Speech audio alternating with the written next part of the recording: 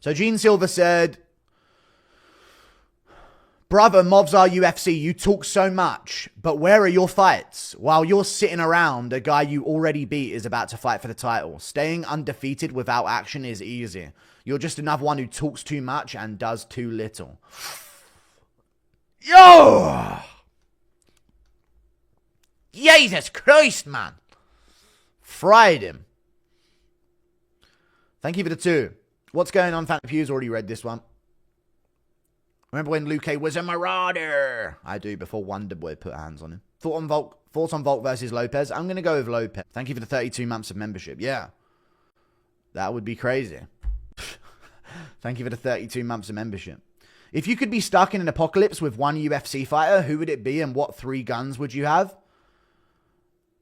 Who would it be? Probably Bryce Mitchell. You know? Don't you think Bryce Mitchell would be the fighter that would be the greatest thing? I'm not even saying that because he's based. Farming, agriculture, raising livestock. He knows how to build. He knows how to fix things. Like, it actually would be Bryce. He probably knows how to shoot. He can make a bow. I remember him being on The Ultimate Fighter ages ago, making a bow and arrow. He can hunt. You know? It would be Bryce. It would absolutely be Bryce. Bryce is considered dumb now, but if the world went, Bryce would be the genius amongst us. As much as people don't like that. You know? He actually would be. And he's a God-fearing man. So he would like have hope and faith. You know what I mean? In such a disastrous moment. So I don't know. Probably Bryce Mitchell, unironically. What 3 guns would I have? Silenced pistol. Sniper rifle with a silencer. I don't know what one I would have. I don't know. I only know guns from COD. So let's say a Barrett 50 cal. Because I wouldn't want to have to sort of like reload it every time. So a sniper rifle with rounds and a magazine. Rather than a bolt action rifle. I'd take that. So a Barrett 50 cal. Maybe a pistol.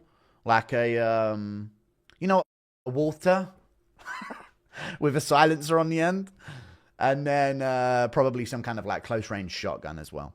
I wouldn't even like, well, maybe I would, instead of a pistol, go with an AR silence. Like a silenced Galil pistol, a silenced Galil, a silenced Barrett 50 cal, and then some kind of like short nose, sort of like sawn off shotgun. To get loud if I needed to, you know. Don't have to be too accurate.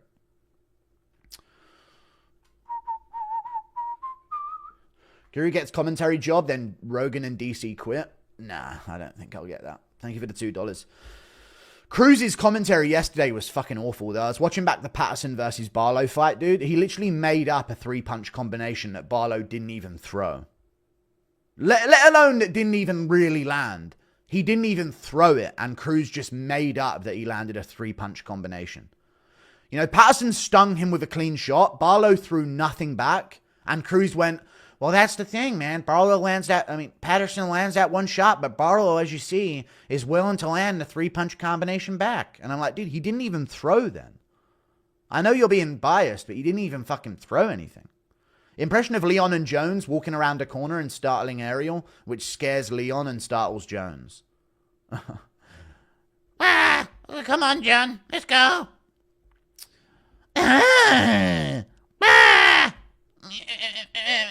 Thank you for the 5. There you go.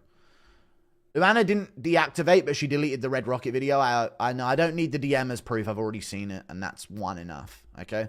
That's already one too many times that I've seen it. All right, buddy? Lol at Ariel posting WWE nonsense.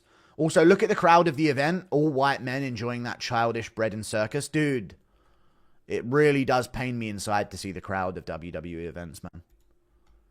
Come on, we're better than this. What are you doing in the crowd cheering that shit on? I mean, look at the crowd. I mean, it is a bit of a mix-up here and there, but it's just fucking... What are you doing there? How are you amped up by that in any way? And look at them all with their phones out as well. It's just such... Certain things just make me think that the people are retarded. The people are retarded. Of the people, for the people, but the people are retarded. They shouldn't be able to vote. They shouldn't. These guys, you're grown man. There's not a child in the fucking crowd that I'm noticing right here. You're all grown men watching WWE. What is going on? What is going on? Thank you for the 5. 2. What's your favorite number? 271 or 4570? 4570 might over. Because it's actually a real number. I honestly think DDP submitting Hamzat is likely to happen if he survives the first round. Okay. Thank you for the 5 Australian dollars. I could see it. Submitting him, I don't know, but if he could draw a bad shot out of him, he's got a nasty guillotine. So that might not be a bad bet. Because it might be the least expected thing. But if Chimaev's being beaten up, he will shoot to resort to it, you know? My dad is a Bo Nickel glazer and argued with me that he'd submit Paulo Costa. Okay, thank you for the $5. Interested Hogs of War. On your nan's carpet while eating mayo with crisps. Good songs. Good times, sorry. Thank you very much for the $5. Mayo with crisps, huh? As a puss. The grease in the eye thing is such a woman excuse. Chat, I may have to make a Gervonta Davis documentary. I may have to do it. Don't you think? I might have to. All of the evidence already, and now he's taking a knee in a boxing fight because the lotion of his braids is getting into his eyes. Come on now, man. Thank you for the $2. I don't get how grown men can be into WWE. I said it to Ariel on Twitter today.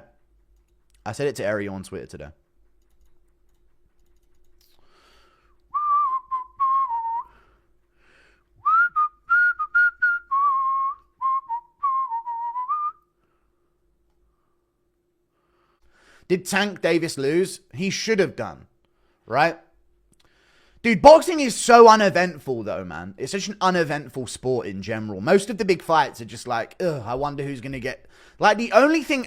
like, yes or no, chat, the most exciting thing about a boxing match is wondering if they're going to fuck up the decision or not. I don't ever hear anyone in boxing actually discussing the fucking rounds or the moments in the fight. All they talk about is the decision and the scorecards. Every single main event, pretty much. It's actually insane. I know we have robberies in MMA as well, but every single big boxing event, it's just about, well, the decision controversy. The fight was okay. Don't get me wrong, the fight was okay, but it was done some pathetic shit. You know what I'm saying? I don't care how grown men can be into WWE. I said it to Ariel. You said on Twitter, I've been thinking about this a lot. Why did The Rock slit his throat like that? And I said, you are 42 years of age, Ariel. Come on.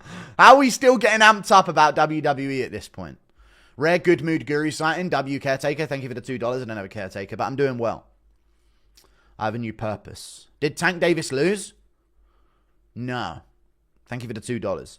No, I don't think. No. But he could have done. To be honest with you, it could have been a draw. But with if they would have given Roach the points from Tank taking the knee, then he would have lost. I don't think that Roach won it overall. But if they would have called that a 10 count, if he took the knee, which they should have done, then, you know, it is what it is. Good Charlotte, I don't want to fall in love. What is that? I don't want to fall in love.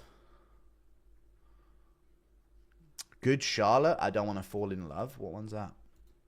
I was listening to some... that one. Thank you for the $2. Tank blamed the sweat in his eye for the knockdown. Pathetic. I mean, it wasn't a knockdown. He did just take a knee because of his eye. But you can't do that in the middle of a boxing match. This would be the perfect opportunity for Buckley to take the YN fan base. True. Very, very true.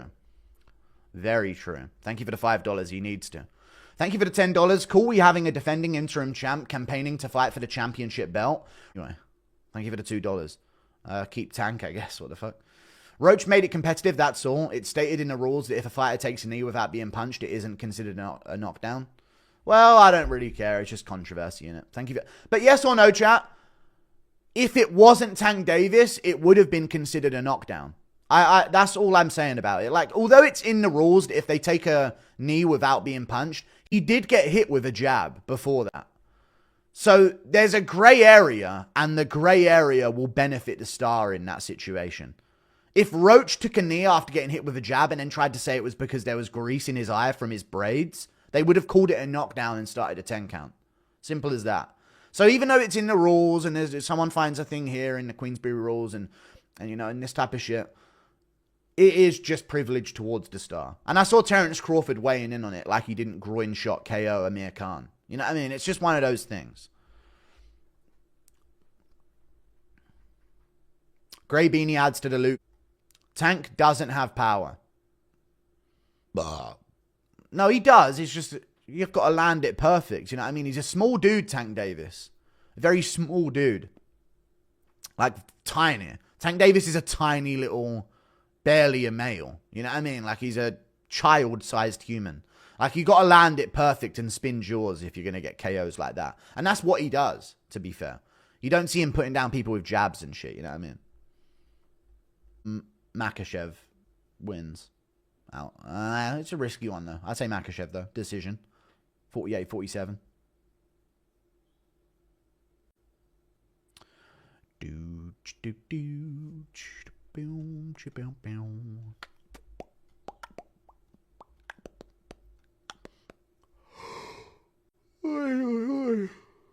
Goodness.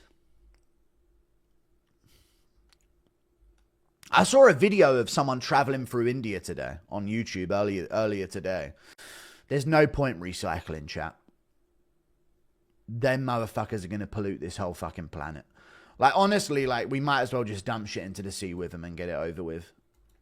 I've seen a video of some guy traveling through India and shit, and it's just like, dude, you can't even see the water of the river. You know?